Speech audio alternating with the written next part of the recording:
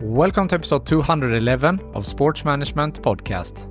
Today's guest is Pablo Carro, the co-founder and chief commercial officer of Playtomic, the world's leading app for racket sport players and clubs.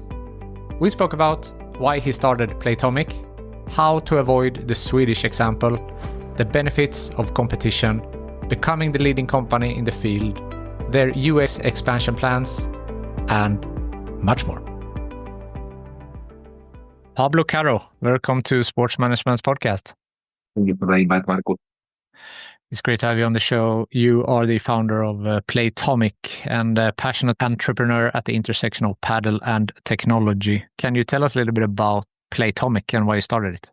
Yeah, absolutely. Well, Playtomic started in 2017. It was basically something that was answering, a very clear need, a real pain in the racket sports industry, which was like, I wanted to book a court at my club or at any other club. I needed to find someone else to play with.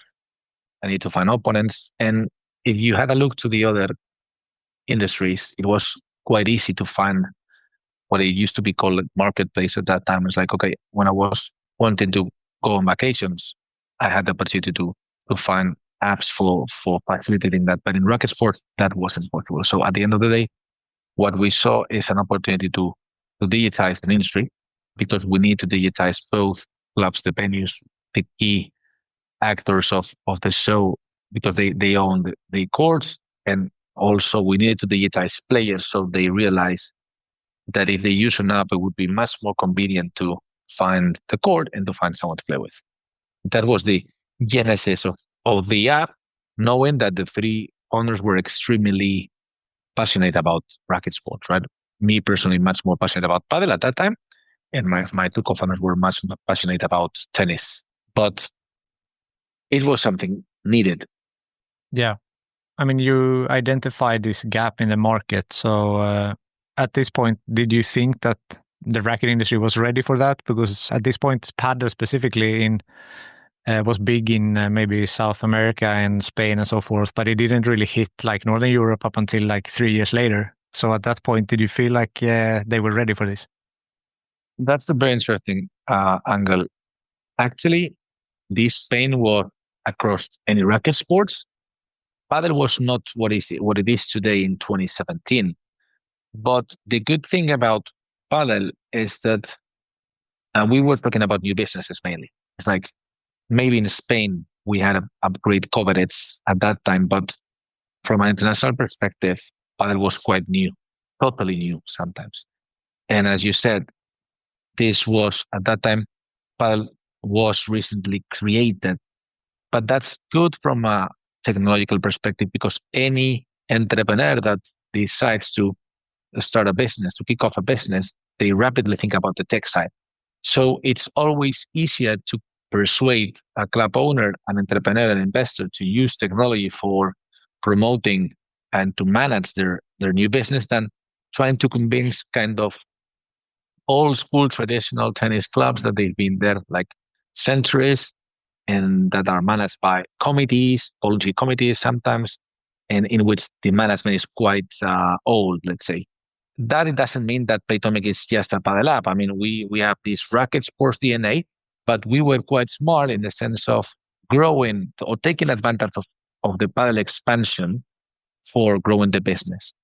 And that's a key point, because at the end of the day, we have a deep understanding of the sport, right? And that deep understanding of the sport takes into consideration the essential and the essential block and the essence and the driving force of padel, which is the social component.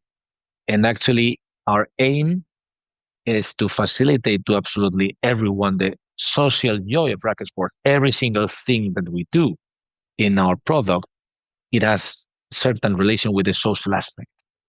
So since the very beginning, when we developed the simple bookings, we were offering the split payment. We were offering the players to chat in between them. We allowed the people to upload the score, to post a picture of the match, to publish their profile, to see the kind of trend in their rating. All of those components are basically fitting very well with the essence and the driving force of the sport, the social component. It's well known that padel is social, right? But that padel is social. If you translate and you land that into a technology, you have to develop certain features that are key for that. Interesting. Playtomic has scaled impressively across clubs and countries in the last couple of years, but what has been some difficulty in scaling the business? Yeah, we are the world's largest community of clubs and racket sports players, but that journey, it wasn't easy. Sometimes we found that certain managers were quite reluctant about adopting technologies. Sometimes we found small local players that they had their own technology and their own team, and they were quite expanded in different in their own market. So it was difficult to convince them to join the global community. Sometimes we decided to not target certain countries because of the payment limitations or transaction limitations, because you can find that kind of troubles in South America, for instance. We know that South America has a great coverage with regards to padel, thousands of clubs, but some of the markets are very complicated for us from a transactional perspective. It's not easy. And yes, I mean, it's not been an easy journey, but we love what we do. We are so passionate about padel, and waking up every morning thinking about that you're gonna meet two or three interesting people from the industry, maybe playing padel with one of them, visiting a couple of clubs, having meetings with sports people. I mean, it's always a pleasure. I mean, when I'm waking up at 5 a.m. for taking a flight, and I think about why I'm still doing this, my immediate answer is like, what can I find that is better than this? I mean, it's a sports tech company. It's related to my passion. I'm gonna play paddle with this guy. I mean, I have extraordinary investors and a super talented and committed team. So, I mean, no matter I'm waking up at 5 a.m. For taking the fifth flight of the week, it's about enjoying the ride, right? And this is what we do basically, and this is what we love. And I mean, your passion for paddle is obvious. And you mentioned that your two co-founders were more into tennis, but still the Playtomic bookings are somewhere 90-95% paddle. Do you want to grow more into tennis, or maybe pickleball is, another racket sport? So how do you see the split between different racket sports in the bookings? Well, let's say that if we have 90%, 95% bookings in paddle courts, is basically, I would say, two main reasons. The first one, as I explained before, is the tennis industry needs to be transformed from a club perspective. I mean, those businesses have been there for a while, decades, sometimes even more, and they are managed by very kind of old school traditional way of running businesses, sometimes even with voluntary committees, as I said. And I mean, there's a kind of stopper about the way that they operate that is not facilitating the digitalization of the facilities. And that's as a consequence of the kind of tradition and the old school style, right? Secondly, as I said, we were quite smart, understanding that paddle was going to explode internationally. We had a very strong position in the main market, let's say, which is Spain. And we saw an opportunity trying to transport and trying to, I'll say, translate this knowledge into other languages, into other, and move that to other countries, and being able to adapt those new businesses and digitize them through technology using our app. And we were quite successful as we operate in 65 countries and 1.8 million active users, etc., 6,000 facilities. We saw that at the end of the day, I would say 80% of the product and the methodology that we implement within clubs, it's the same because it's all connected to the essence of padel, right? I mean, this about the community and social aspect is so strong in this sport that understanding it well, we can deliver our product almost any geography. That's interesting. And you mentioned also the boom of paddle, and at least I'm based in Sweden, and during COVID it was a crazy hype because it was one of the few sports that stayed open. General idea now is that I think that have gone down again. So how do you see it, like on a more, because you operate on a more global scale, how do you see the interest for paddle, I mean, now versus 5 years ago when it, at least here, was peaking? Yeah.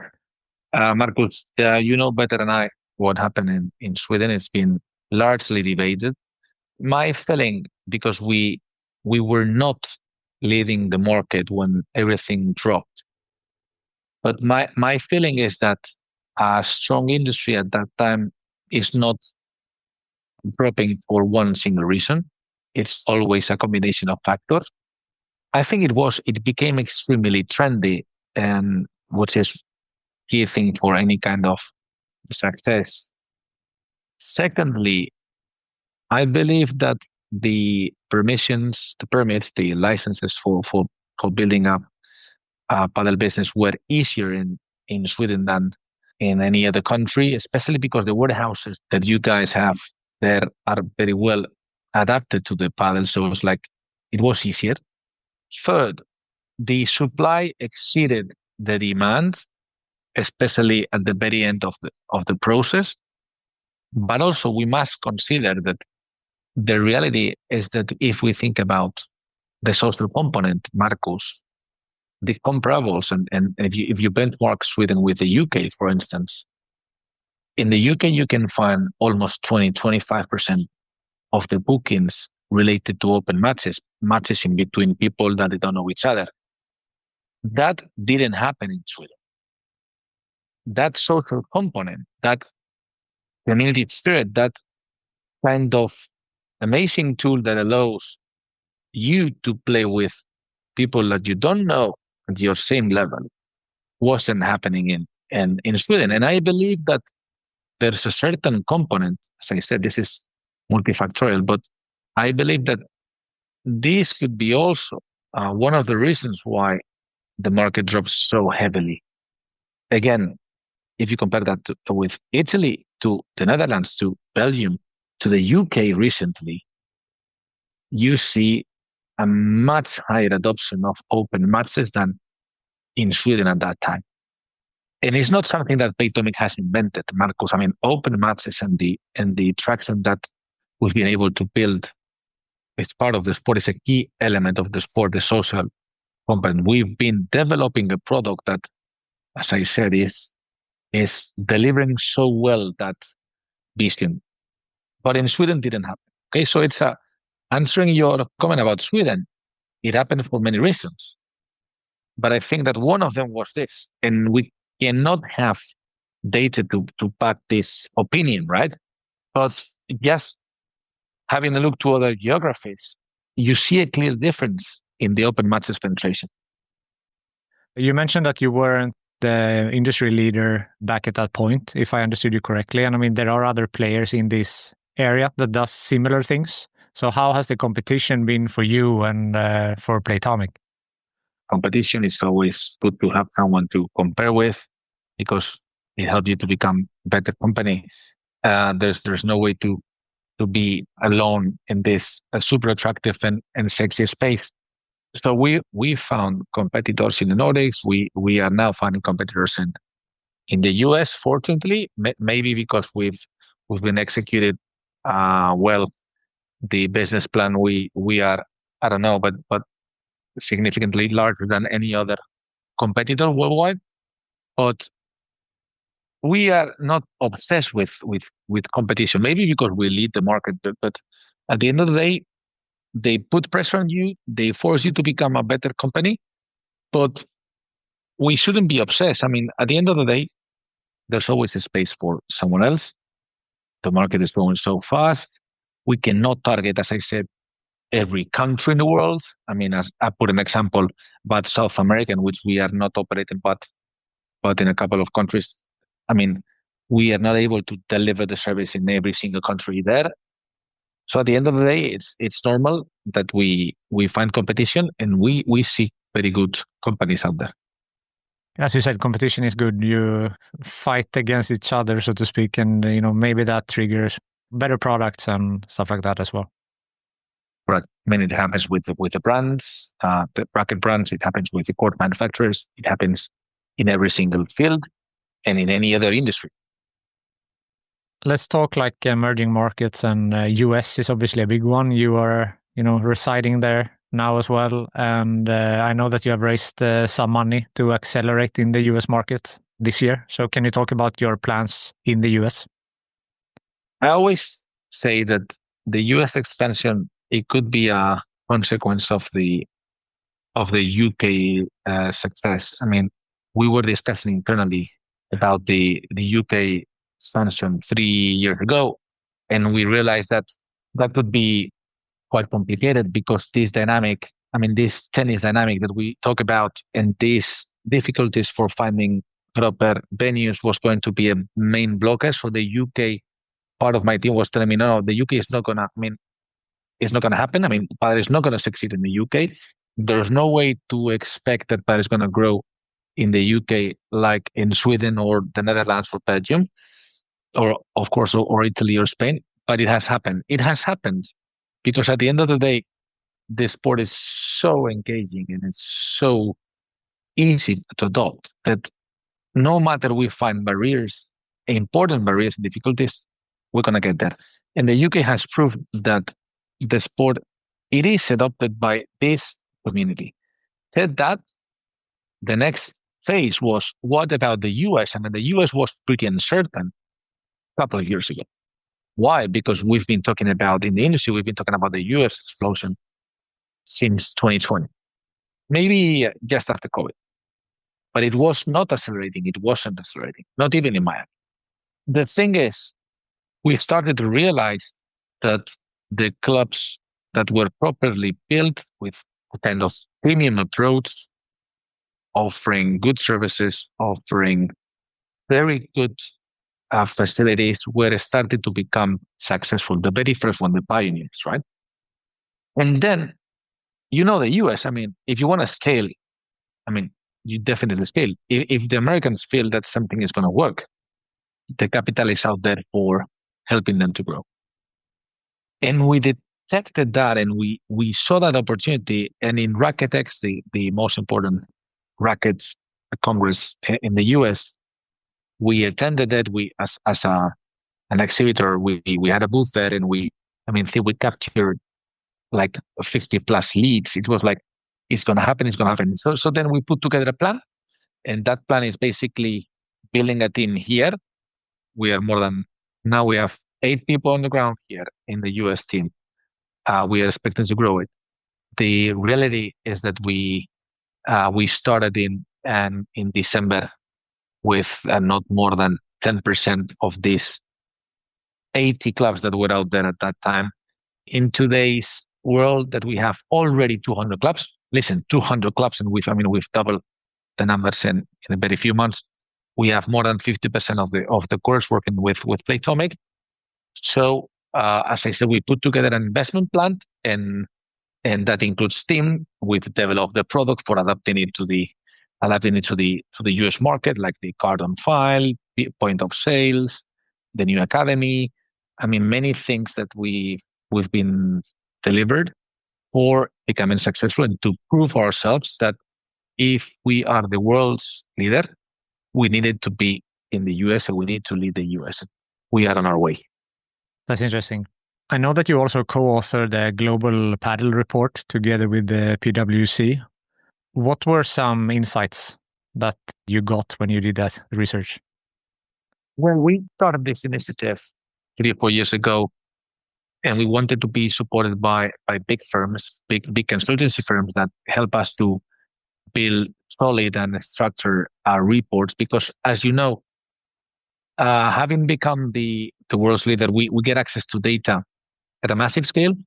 But it's not only about data, it's about how do we find the key insights, how do we understand this data and we interpret this data, and we can serve this to the whole industry. I mean, it's not like only having the data and sharing this with the clubs. It's all about showing up like the world's tech leader and sharing our knowledge with the rest of the world, let's say. And it became, I mean, it all started like a quite small initiative, and it has become the Bible of Padel. Everyone is like, months before it's released, I mean, everyone is like asking me, can you please send me the teaser? Can you please send me the data? It's like everyone is like very obsessed with it.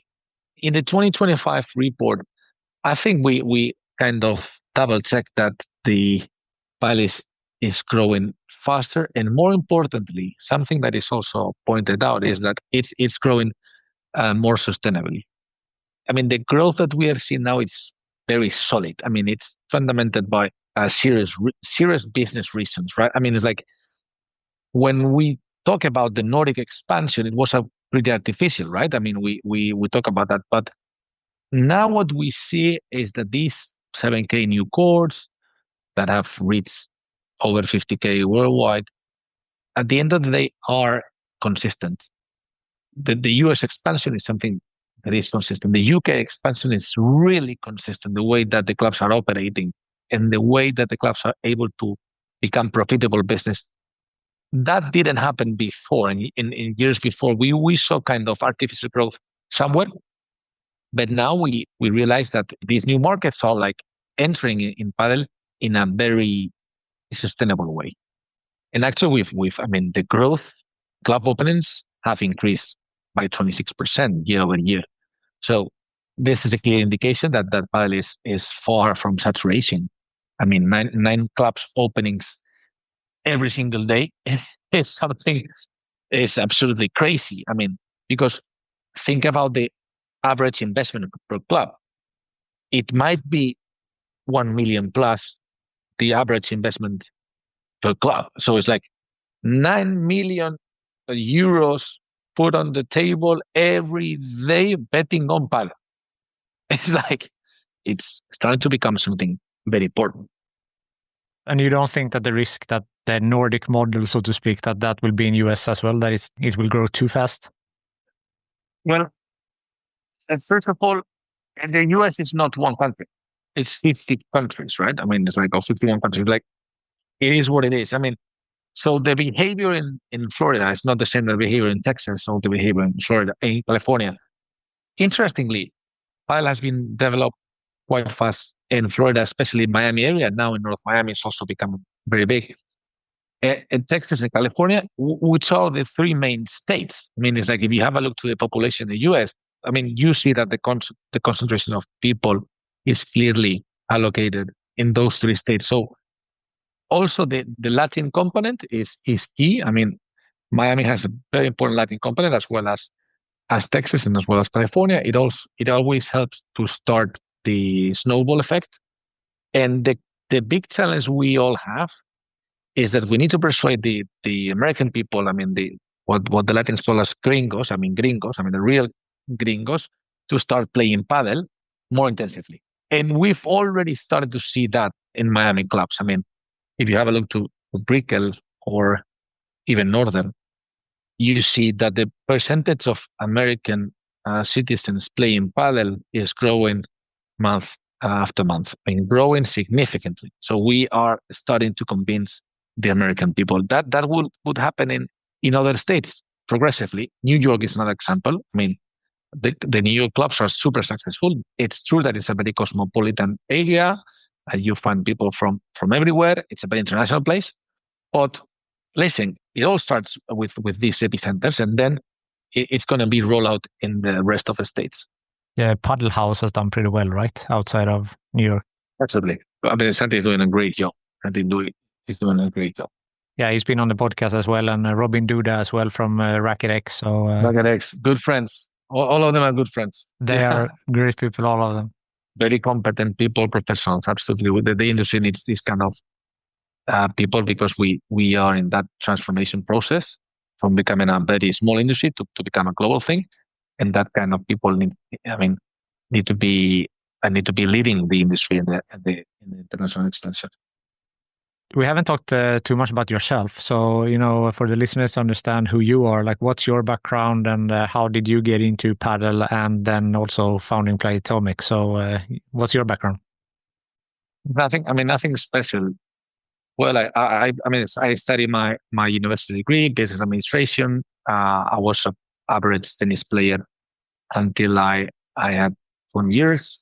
When I was 20 years old, I tried paddle, and I barely play tennis now. I mean, I am a paddle addicted guy.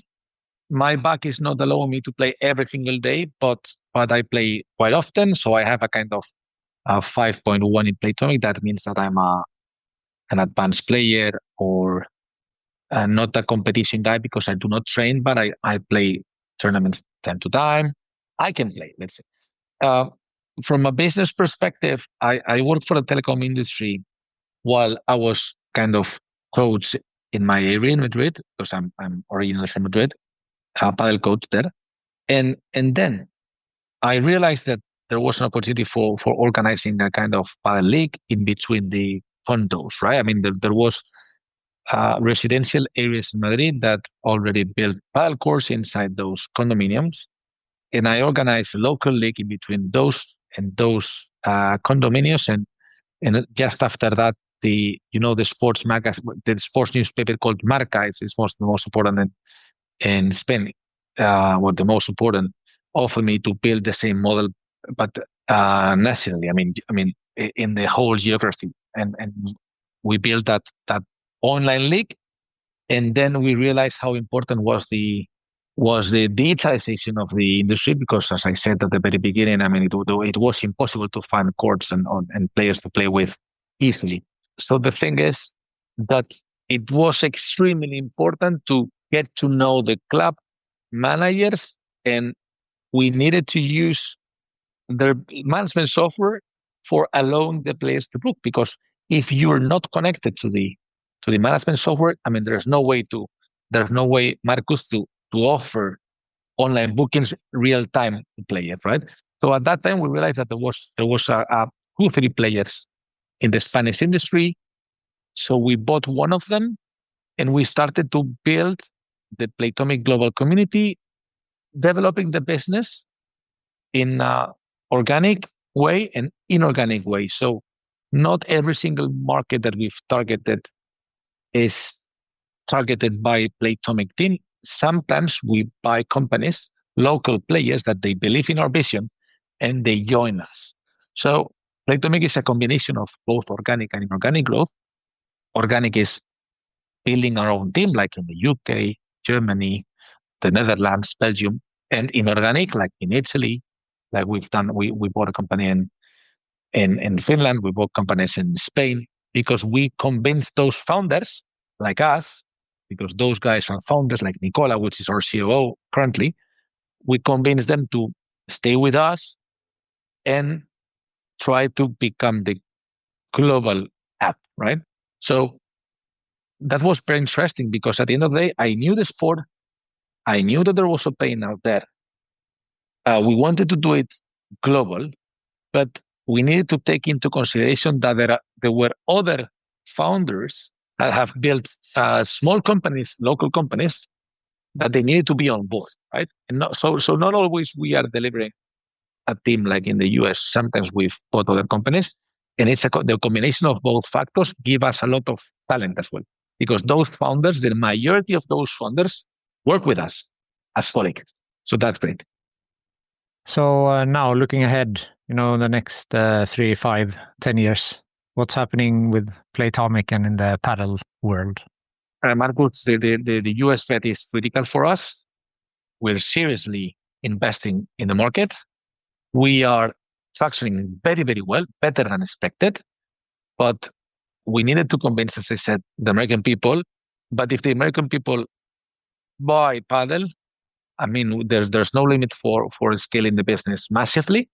And then the next question would be, what about Asia? And what about the challenges that are there? What about the velocity? What about the ownership of that business growth? And how does Playtomic target Asia, right? We've already started activity in Southeast Asia, Indonesia especially, Singapore, Malaysia. We are operating so well there, but there are big things on the table, like India, like China, obviously, that are going to be critical, not only for us, but also for the rest of the the industry. So super motivated and looking forward to address those objectives. Yeah, it's a very interesting time ahead for paddle, and especially, as you said, with the expansion into North America and Asia, and a lot of potential. There's a lot of people also, like they are big continents. Absolutely. How do you see that? Do you see it as a threat if we're talking about other sports like North America? You have the big ones with football, hockey, basketball, baseball, and then Asia have, cricket and some other sports as well. Badminton. No, the thing is that pickleball, mainly in the US, is something that it has already started to become a good combination with paddle. Why is that? Because it helps us to attract American people, first of all, and secondly, that essence that we talk about, that social component, that driver, that is making paddle so successful, it has presence in the pickleball. And at the end of the day, what we can project is that those pickleball facilities that today are quite informal or not so well built, like parks, public spaces, parking lots, etc., those ones are going to be transforming to good facilities. They've already started to transform those businesses into good facilities in which they can offer them air conditioning, a private spot for them, and not needing to share with 20 other people. And that trend is super interesting for the industry, and especially for us, because we can deliver a good service and charge for it, because we are adding value to the whole process. If the pickleball court is served by 20 people and you don't need to book, it's complicated that we can deliver service. But we see that trend in the pickleball space, in which the guys have started to professionalize much more the activity. A lot to look forward to. Absolutely. I like to end on a networking question. So who we mentioned two already, that's already been on the podcast, but who from your network do you think would be a good guest on this show? Well, let me think about it. I mean, I can think about Íñigo Colomina, for instance, Padel Nuestro, and Siokutrai. I would love to see him in the interview. Let's make it happen. Let's do it. I can help you with that. Pablo, thank you so much for taking the time to be on Sports Management Podcast. Thank you so much, Marcos. Thank you for listening to the Sports Management Podcast. Please hit the follow or subscribe button on your podcast app so you don't miss out on any upcoming episodes. If you want to get in contact with me, send an email to sportsmpodcast@gmail.com, connect with me on LinkedIn, or follow the podcast on Instagram, X, and Facebook @SportsM Podcast.